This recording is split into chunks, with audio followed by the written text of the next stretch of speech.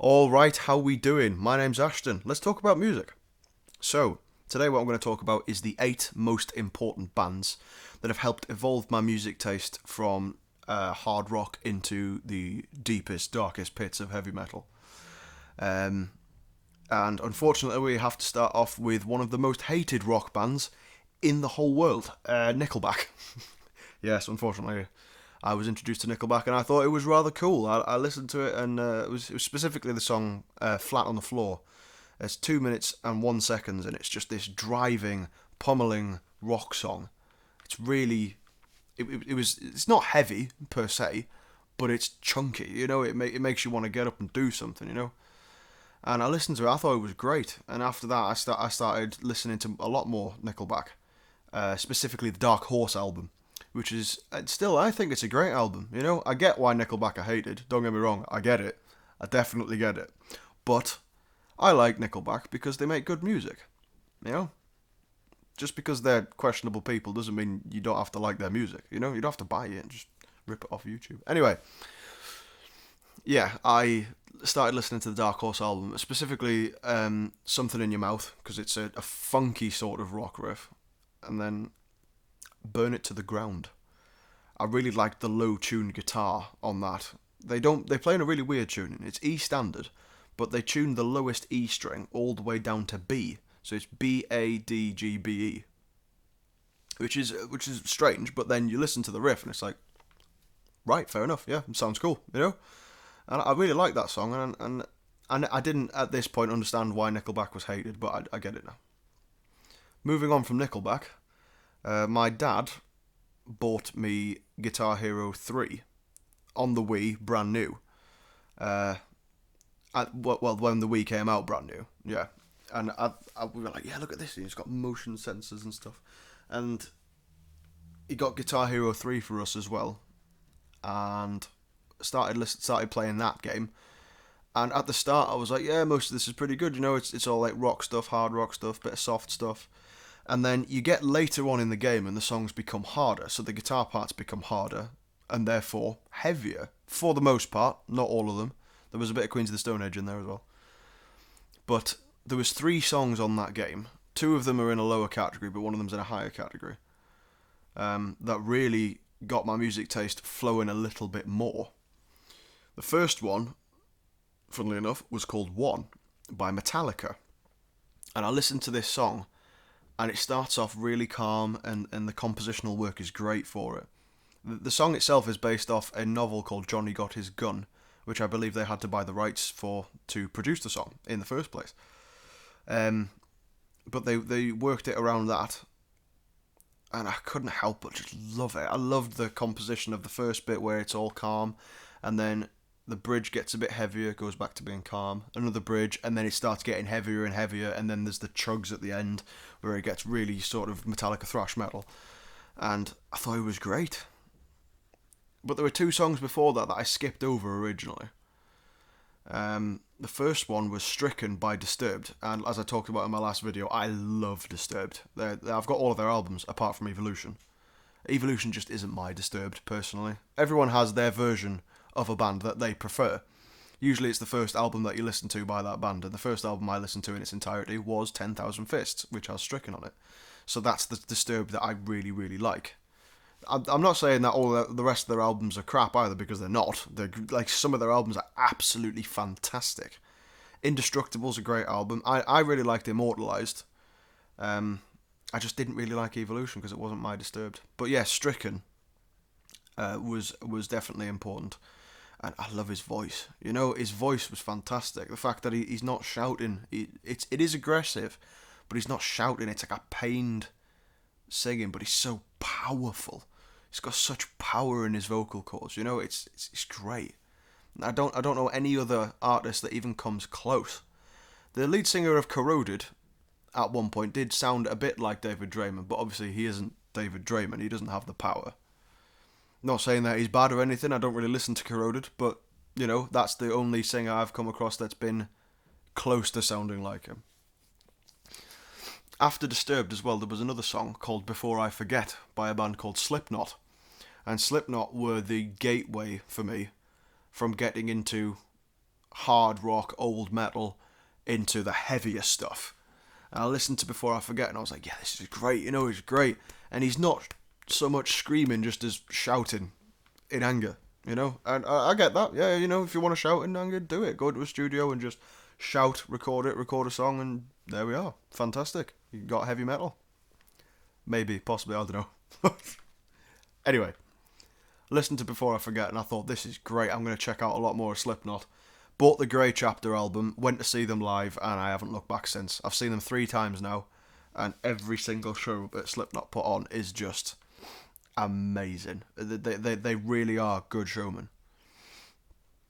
After Slipknot, I bought a game called Midnight Club Los Angeles, which is a racing game in which you soup up your car with better better parts in the engine and like new paint jobs, bumpers, wheels, spoilers, neon lights. It's completely illegal stuff, but it's a game. Who cares?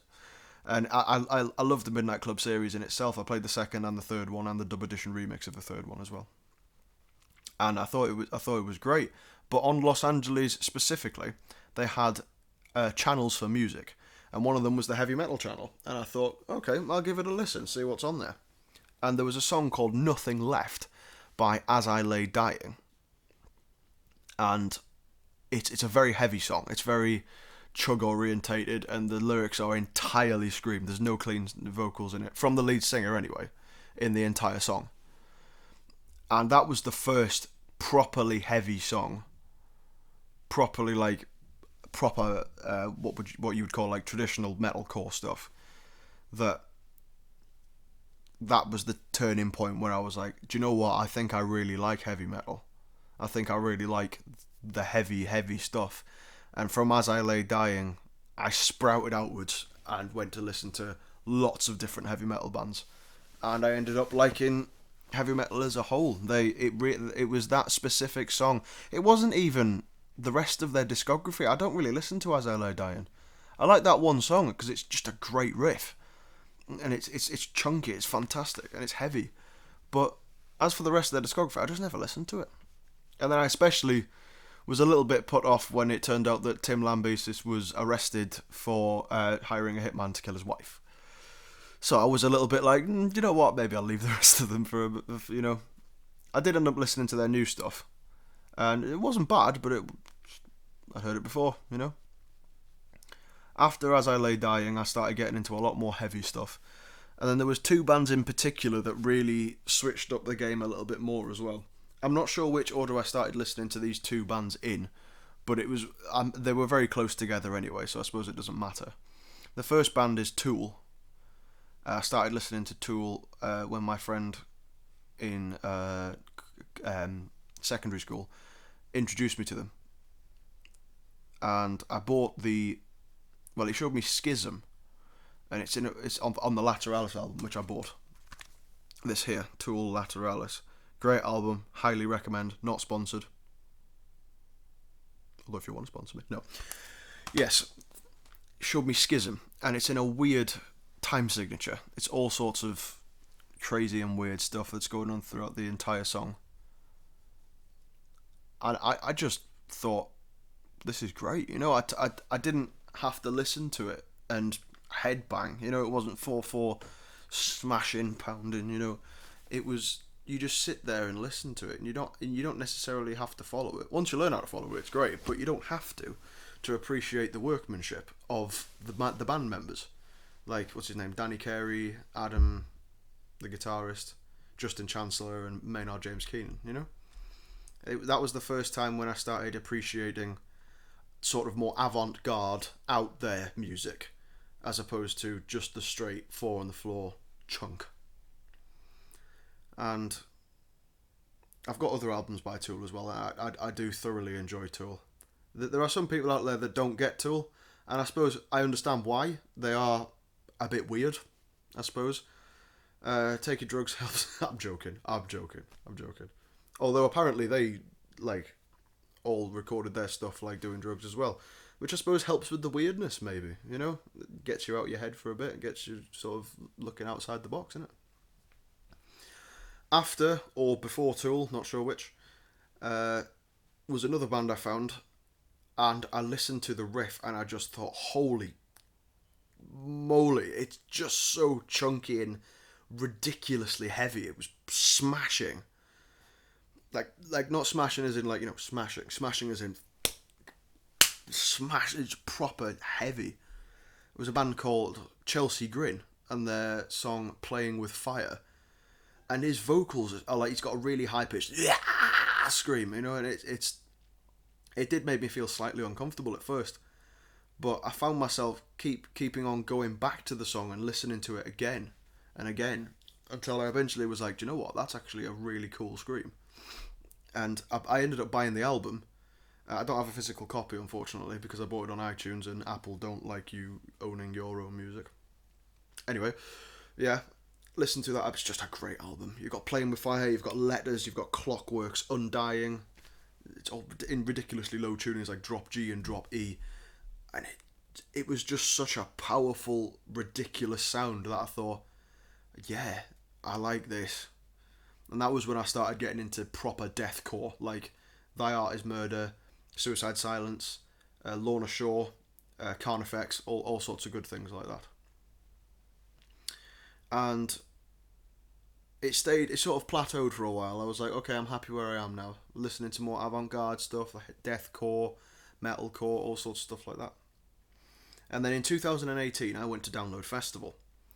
And it's a 5-day festival. The first 2 days are just camping, and lots of drinking and other things.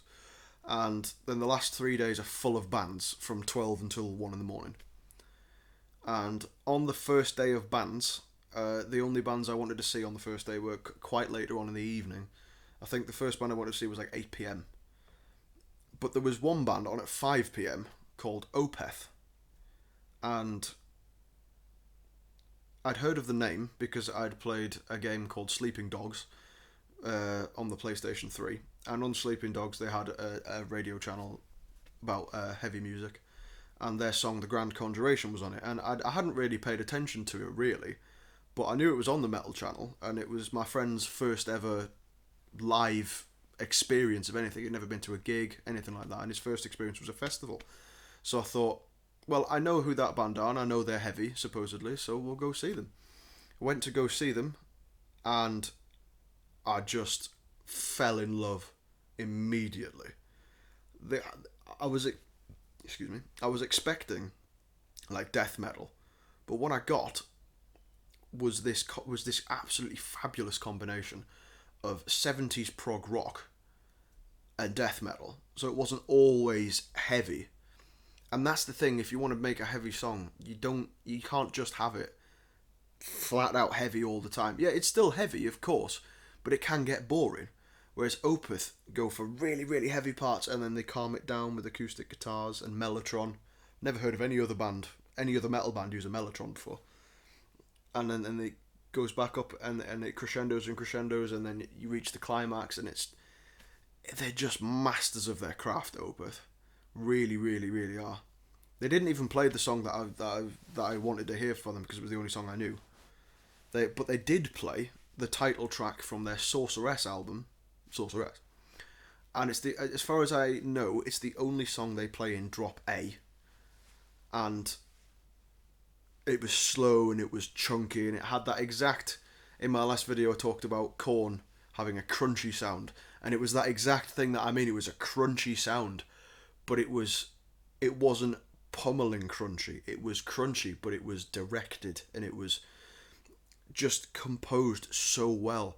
And I thought, man, I understand now why Loudwire voted them Band of the Year, because they're just incredible. They combine all these genres, they had, like I said, they got that 70s prog rock and death metal in one, but they also combine like funk and jazz into certain songs. And I've completely fell in love. I've got an Opeth top on right now, actually. Hang on. As you can see in the camera. Yeah, Opeth.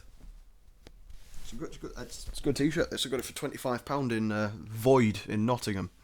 Not sponsored, although I would definitely recommend you going there if you like long sleeve band tops. Can't find them anywhere. They sell out so quickly. Anyway, yes, Opeth was definitely that has made me branch out into less heavier stuff now as well. I started getting into Muse recently. That's not necessarily an important band that helped evolve my music taste, but I'm into them now because I can respect lighter music and I'm not just an elitist anymore. Which is like I said in my previous video, what I want to preach on this channel. Openness about music. So just a quick recap: the 8 bands that helped evolve my music taste: Nickelback, Metallica, Disturbed, Slipknot, As I Lay Dying, Tool, Chelsea Grin, and Opeth. And if anybody is watching, let me know in the comments what bands that helped evolve your music taste. You can leave as many as 100 if you want. Just let's get talking about it, shall we? So yeah, thank you very much for watching. Have a good morning, evening, night, day, wherever you may be in the world. And I will see you later. Ta-ra.